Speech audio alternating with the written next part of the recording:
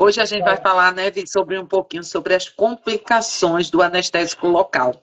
Então, Virgínia tem essa vivência maior, ela é chefe lá do ambulatório de cirurgia dermatológica do HC, então ela tem uma vivência, é o dia a dia dela, né? Está dentro do bloco cirúrgico, anestesiando os pacientes. Então, é importante, a gente vai ver que a grande maioria dos procedimentos dermatológicos, a gente vai ver que são procedimentos mais rápidos, são procedimentos menores. Claro que vai ter cirurgia dermatológica hoje é um mundo, né? Existe cirurgia hoje dermatológica que dura 6, 8 horas, né? Se for uma cirurgia de Mohs, mas a gente está falando da grande maioria do consultório, e é uma cirurgia que é feita já em hospital, né? Mas no consultório a gente faz muito anestésico local, e é importante a gente enfatizar um pouquinho quais são as complicações e dar umas dicas do que fazer.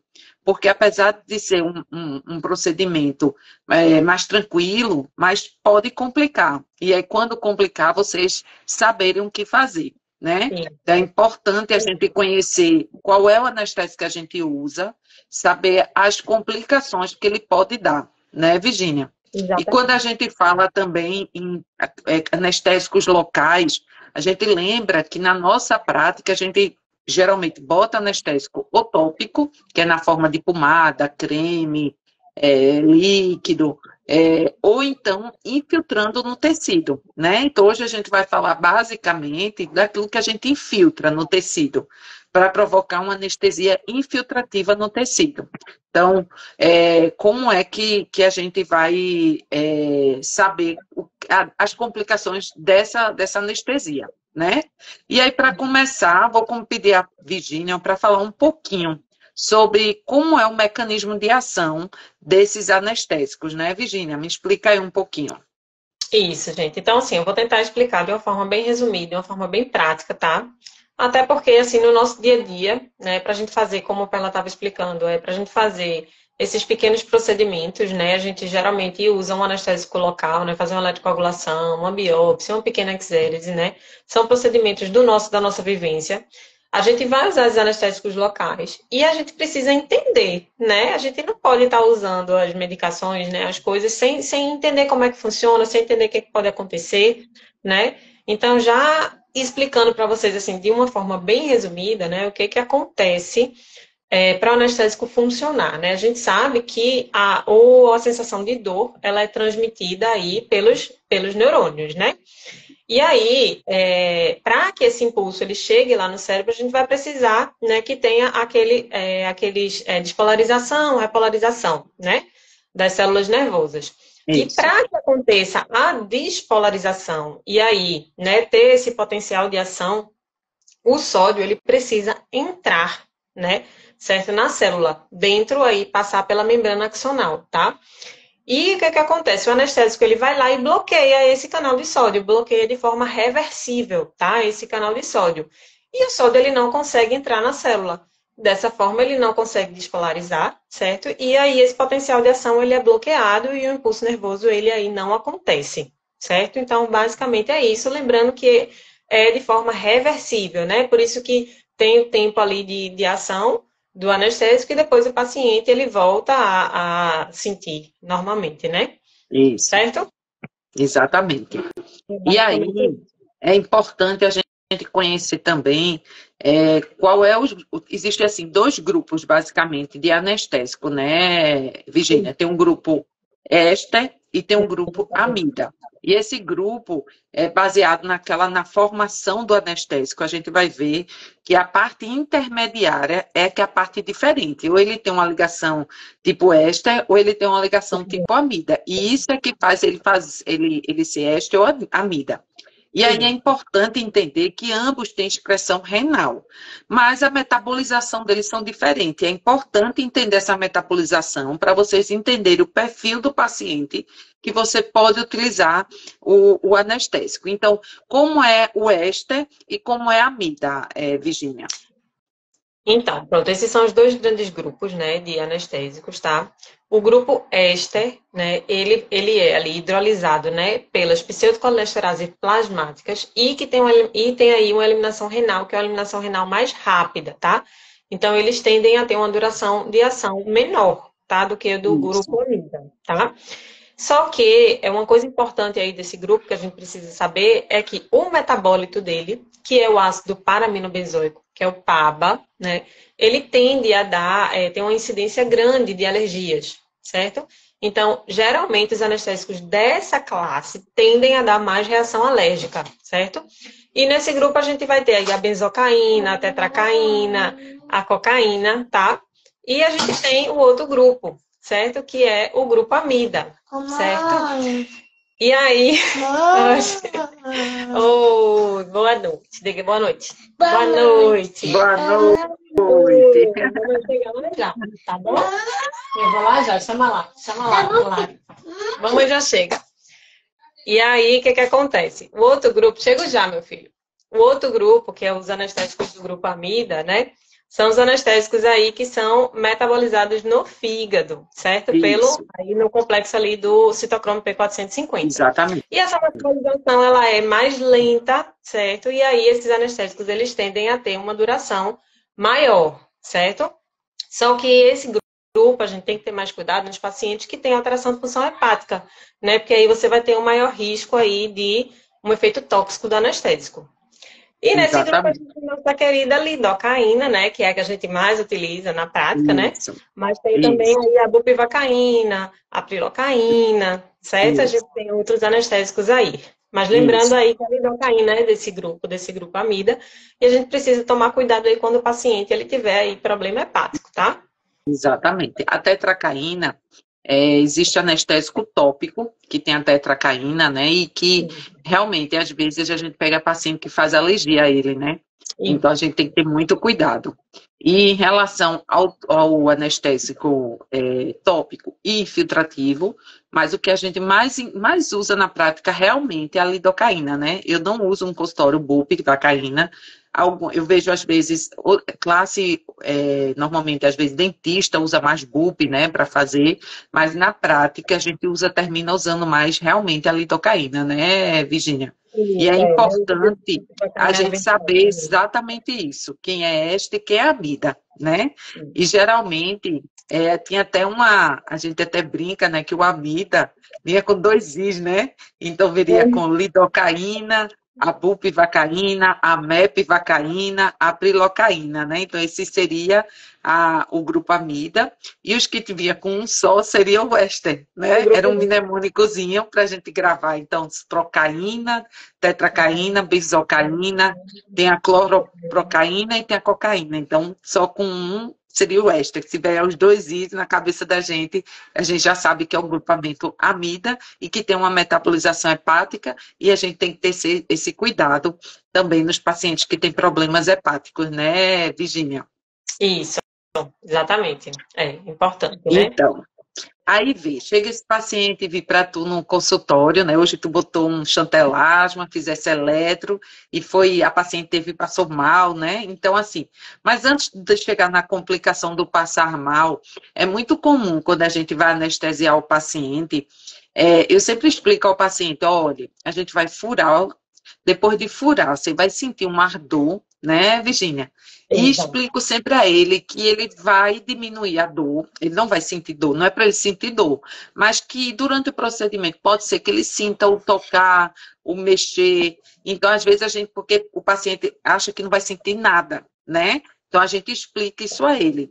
E isso, às vezes, acontece, principalmente no início da anestesia, né, Virginia? Depois pode até ser que ele fique melhor, mas assim, no início sempre acontece da gente começar ele, mas eu estou sentindo tocar, eu disse, mas está sentindo dor, né? E aí, isso é explicado pelo quê? O paciente sentir a dor, não sente a dor, mas ainda sente a pressão, o tato.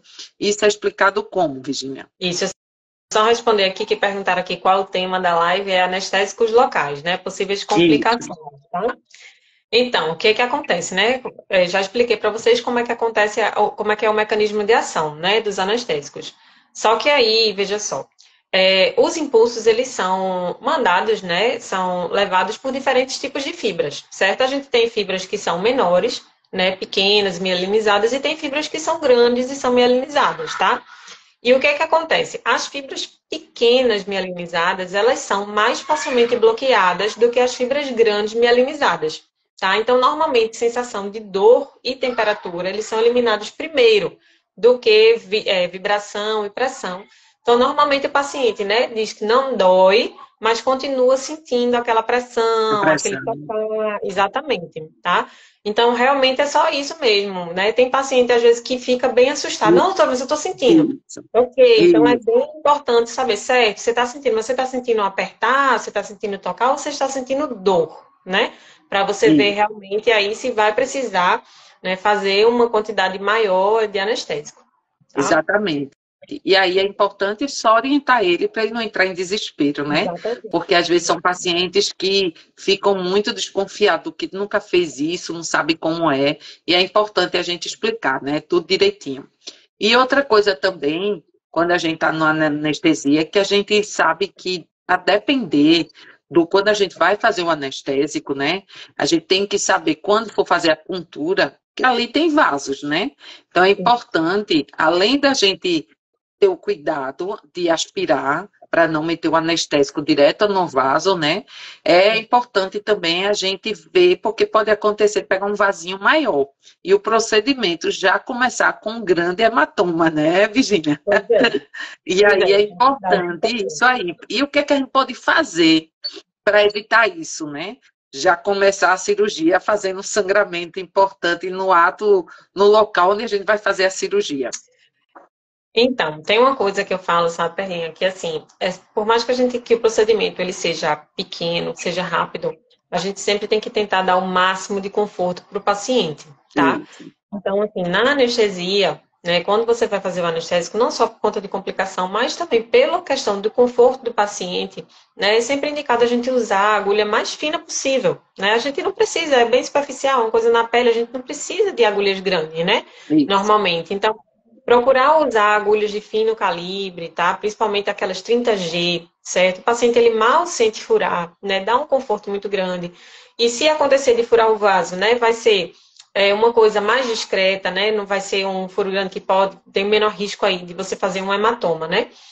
E além de Isso. você utilizar esse tipo de agulha, é aquela questão que você está sempre falando. Então a gente tem que estar sempre aspirando, né? Quando a gente vai anestesiar o paciente, a gente coloca a agulha sempre aspirando.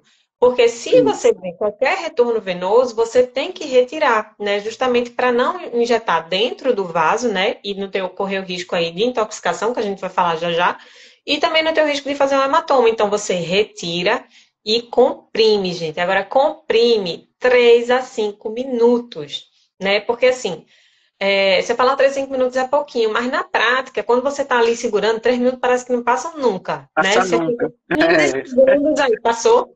Passou? É, Não, não passou. é Segura assim ali mesmo. de 3 a 5 minutos, entendeu? Para poder você continuar o procedimento. É um tempo que você vai, teoricamente, estar perdendo, né? Mas, na verdade, você vai ganhar de menos problema no futuro, né? Do paciente não complicar mais depois, né?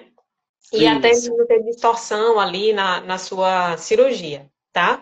Então, exatamente. veio o retorno venoso, tira a agulha, comprime 3 a 5 minutos para você poder realmente ali continuar o seu procedimento, tá? E aí, depois da gente falar das complicações locais, né? A gente vai falar das complicações sistêmicas, né? Então, assim, o que é que vai acontecer, né? Geralmente, a gente pode relacionar a 4 reações, assim, básicas na cabeça da gente, né? Vou citar e a gente vai explicar cada uma separadamente. Então, a gente pode ter uma vasovagal, pode ser uma alergia, até uma anafilaxia à própria substância do anestésico, né? Que a gente pode ter. Pode ser como é que se diz? Uma reação ao vasoconstrictor, E, né, Virginia? Do anestésico, ou pode ser só é, então, uma sobredose do e, anestésico, porque você não calculou o anestésico de acordo com o quilo do paciente, com o peso do paciente. Então, basicamente, a gente vai falar sobre essas 4 complicações que podem acontecer, né? E que é importante a gente estar na prática. Então, vamos começar com a vasovagal, que eu acho que é a mais comum, é o que a gente mais tem com na nossa certeza. prática, né?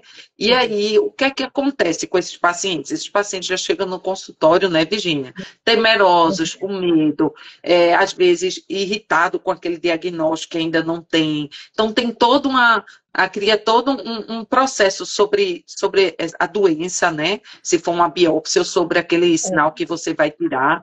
E aí, essa ansiedade do paciente, na hora que você faz o anestésico, o paciente cai pressão, cai frequência cardíaca, e aí começa a ficar com as extremidades frias. E aí, o que a gente vai fazer, né? Isso é uma síndrome vasovagal, né, Virginia? E aí, qual é a nossa conduta diante disso?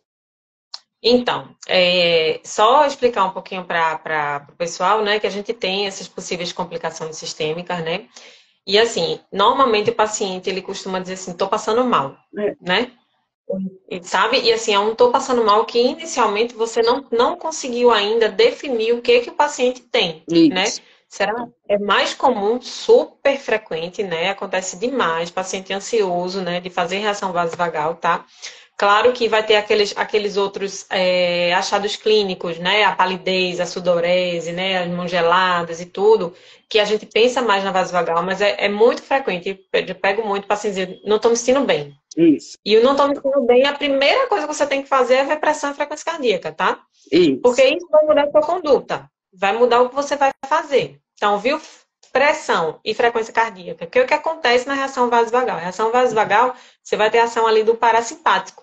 E eu até brinco, né? Que eu digo assim, ó, para você saber, ó, o parasimpático para tudo, tudo cai, tá?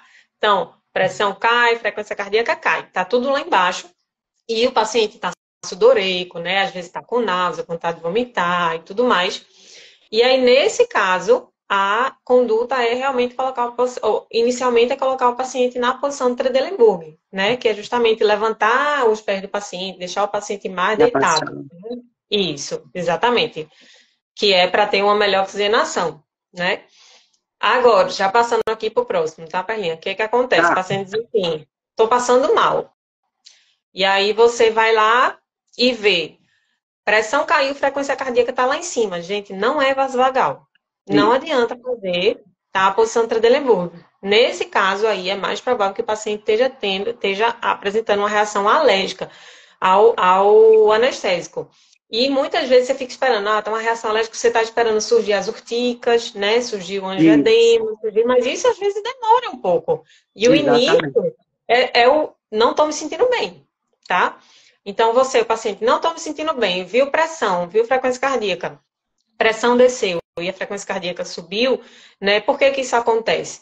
Porque quando o paciente ele tem uma reação alérgica, ele tem uma vasodilatação periférica, tá?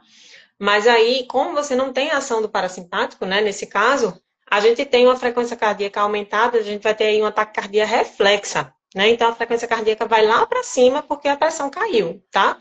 Então, quando você tem pressão baixa, frequência cardíaca alta, já pense mais aí que é uma reação alérgica, certo? Também, obviamente, para o procedimento. E aí, dependendo do quadro do paciente e como é que ele esteja, né, você vai começar aí sua conduta. Se for realmente uma coisa inicial, uma reação limitada, para tentar fazer um antistamínico, né? Se você vê que já está começando com algum angioedema, né? Até um corticoide, certo? E dependendo do caso, vai até para adrenalina, né? Você vai ter que aí Isso. lidar realmente como uma reação alérgica, tá? Então faz aí toda a diferença, gente. Não esqueça isso, hein? É importante, isso é questão até de prova também, né, Virginia? Da TED, TED, né? Então, Então, a muito. frequência cardíaca, o PA. Claro que a gente está bem, mas claro que a gente tem que fazer todo um exame clínico. Às vezes é um paciente diabético que pode estar tendo hipoglicemia porque não comeu e fez insulina. Claro que a gente tem outras, né, Virginia? Outras Possibilidade. possibilidades, mas a gente está indo bem direitinho nessa parte da complicação e é importante a frequência e a pressão desse paciente, né, Virginia? É importantíssimo, porque é ver os sinais vitais, né? Então, isso aí é vital para a gente dar um diagnóstico, né? E aí, se esse paciente tem alergia, chega para tu, já que a gente está falando de reação alérgica, Virginia, o que é que faz, assim? Esse paciente nunca mais vai poder usar anestésico, e agora? Como é que vai ser os procedimentos desse paciente? Então, se o paciente teve história à reação alérgica ao anestésico, você tem que saber qual foi o anestésico, né? Então, Isso, o paciente ele precisa saber qual foi, tá? Por quê? porque você vai ver qual é o grupo dessa droga, né, que foi utilizada, desse anestésico, e você pode sim utilizar um anestésico que seja do outro grupo. Então, se ele utilizou, né, um anestésico do grupo éster, você pode utilizar um anestésico do grupo amida, porque não existe reação cruzada, tá? Tá. Só que o que às vezes dificulta é É que que é o o grupo paciente... amida, né? Isso. E é porque aí, às vezes o paciente chega e diz, não, foi o anestésico que, né, determinado profissional usou, mas eu não sei qual foi. Aí Também. realmente complica muito sua vida, porque aí o paciente ele vai ter que saber realmente qual foi o anestésico para você poder trocar a classe, tá? Trocar aí o grupo, tá? E não teria problema. Agora, se você usar do mesmo grupo, aí realmente tem risco de reação cruzada e o paciente continuar, né, desenvolvendo aí a reação alérgica, tá? Tá, joia. Então, vamos lá. Então, esse paciente agora não tem mais alergia.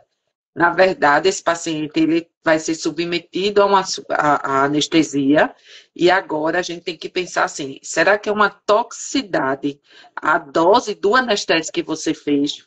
E aí, para isso, é importante, né, Virginia, a gente calcular a dose individual do paciente.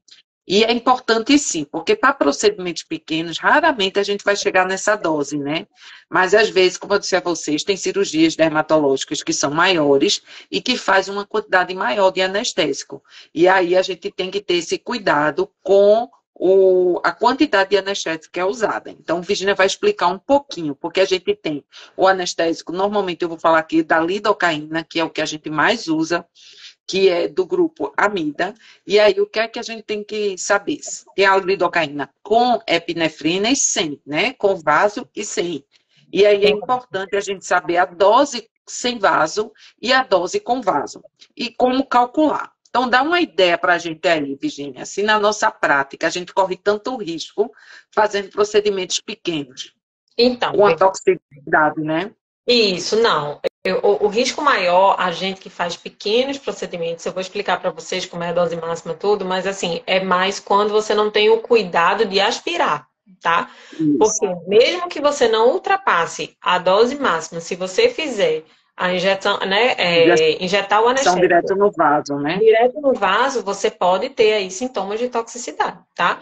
Então, assim, todo esse cuidado é importante, né? Em relação à quantidade, é sempre bom é bom você saber, né? Porque, assim, muitas vezes acontece paciente, tá doendo, ainda tá doendo, e aí você vai lá, mais um pouquinho, mais um pouquinho, mais um pouquinho. Então, assim, você tem que ter noção de até onde você também pode ir, tá? Mas realmente é muito difícil, nos nossos procedimentos, a gente ultrapassar essa dose máxima, tá?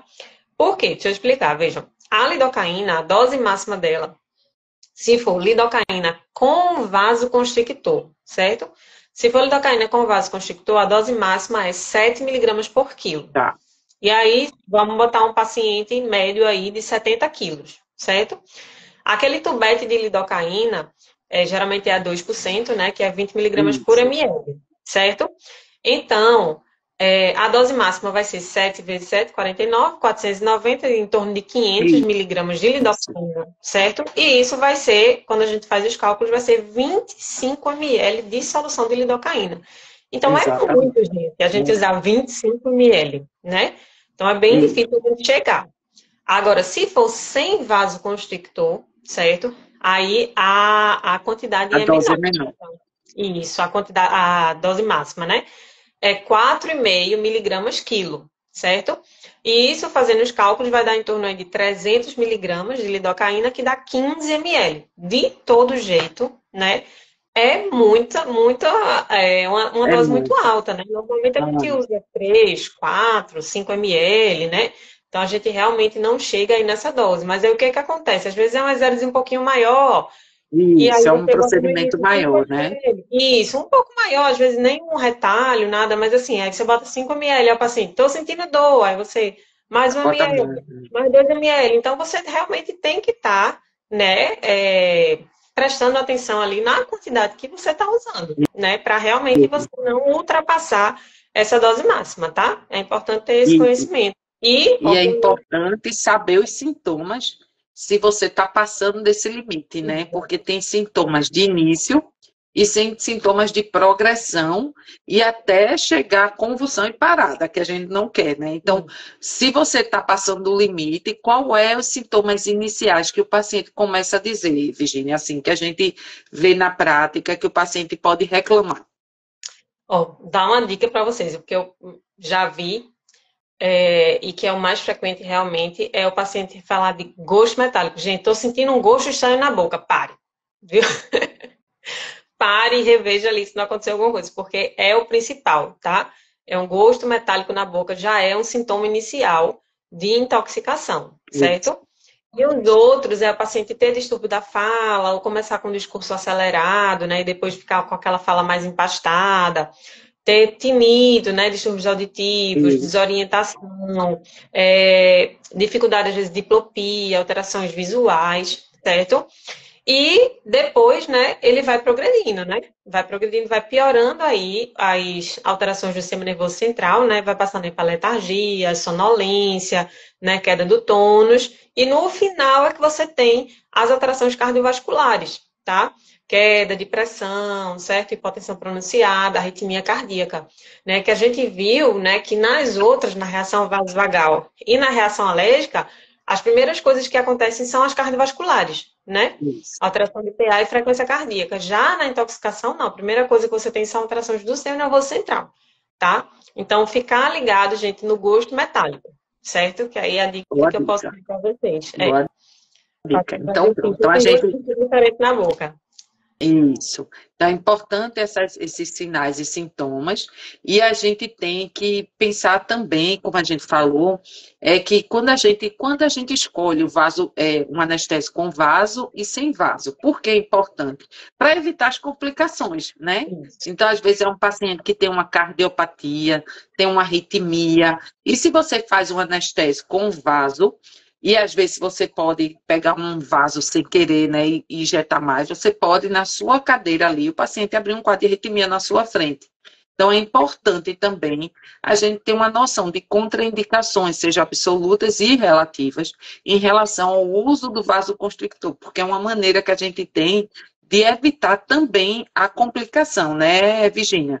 E aí existem umas contraindicações absolutas, que normalmente são pacientes que tem algum feocromocitoma, né, Virginia? Hipertiroidismo. Se ele tiver, ele tem uma circulação periférica mais em déficit, né, uma doença arterial periférica, você evita fazer o anestésico com vaso naquele local, já que você já tem um déficit ali naquela área arterial do paciente. Existe também aquelas contraindicações dos pacientes que, se estiverem usando beta-bloqueador, também ter cuidado, ter glaucoma, principalmente em ângulo fechado, na gravidez, que é categoria C, mas termina sendo a droga que a gente utiliza, se tiver alguma hipertensão associada à doença vascular. Então, a gente tem que ter essa noção do nosso paciente para a gente indicar de forma correta. Mas eu queria, assim, o que é que a gente pode ajudar mais, né? Além da gente fazer essa contraindicação em relação ao anestésico com vasoconstrictor, Virginia? Então, o que acontece? A gente tem que conhecer, né, essas contraindicações. Na prática clínica, né, além dessas contraindicações aí absolutas, né, os usos com cautelas que Perlinha falou, a gente normalmente, né, não faz, né, bloqueio digital. Eu realmente não faço, mesmo se o paciente não tiver insuficiência arterial. E no pênis também não, certo? Então, nessas extremidades aí, é bom evitar, né, para que você não tenha uma isquemia, certo? Isso. E aí a gente tende, né, a querer usar o vasoconstrictor. Por quê? Porque quando a gente coloca o vasoconstrictor, né, primeiro tem menos sangramento. Então, a cirurgia, ela fica mais tranquila, né? Segundo, se você, obviamente, não injetar dentro do vaso, você tem menos risco de intoxicação, porque tem uma vasoconstricção. Então, assim, o anestésico, ele acaba mais penetrando, né? Diminui essa absorção. Por isso que você pode usar uma dose maior, né? Então, você fica naquela segurança maior, né? Para para a quantidade de anestésico que você pode utilizar, né? Mas é justamente pode ter toda essa outra complicação, né? Sim. De ter uma vasoconstricção excessiva, né? De você sem querer injetar no vaso e causar uma arritmia no paciente, né? De alterar a pressão, né? E aí tem que ter realmente atenção aí a essas contraindicações, tá? Então, assim, basicamente é isso. E é Em relação importante saber aqui, e aí a gente vai ter ação, assim, uma ação simpatocomimética, né? Então, você vai ter aumento de frequência cardíaca e aumento de PA, né? Vai ser ao contrário do que a ao gente contrário falou, né? do Da vagal. vasovagal, que era parasimpático, cai frequência, cai PA, e ao contrário da quadro anafilático de alergia, que a gente viu que vai ter uma hipotensão com atacardia reflexa. Então, é importante a gente entender as diferenças que a gente encontra nos sinais vitais quando a gente encontra cada uma dessas alterações, né, sistêmicas. Isso, exatamente. Nesse caso, vai aumentar os dois, né? Isso, Aumenta a vai frequência aumentar os cardíaca dois, e exatamente. aumenta o PA. Isso. Aí a Ok, gente vê se consegue tem alguma diferenciar. dúvida aí do pessoal. Deixa eu olhar aqui também. Alguém tem alguma dúvida, pessoal? Não, acho Não, que só não? boa noite Pronto. mesmo. Então, pronto. Então, assim, hoje foi uma live, assim, muito boa para quem, assim, faz a dermatologia, que faz os procedimentos, cheio de dica, né? Importante, são dicas que é para maior segurança. Eu sempre digo assim, paciente em primeiro lugar, segurança do paciente, dá segurança a você, né? Tudo que a gente faz de forma mais correta, mais didática, com mais evidência científica, isso traz segurança para seu paciente e isso nos fortalece como profissional, né? Porque complicações existem para todos, mas saber tratar é um médico, é um profissional de saúde, então a gente tem que ter uma formação para isso. Então é importante a gente estar estudando, e se atentar a esses detalhes, né, Virginia? Exatamente. Pronto, gente. Então é isso, né, Perlinha? Qualquer coisa a gente manda lá uma mensagem, né, pra gente. A live vai ficar salva lá no feed, tá? Isso. E aí a gente responde, tá? Tá joia, tá bom. Boa noite. Boa noite a todos. Tchau, tchau.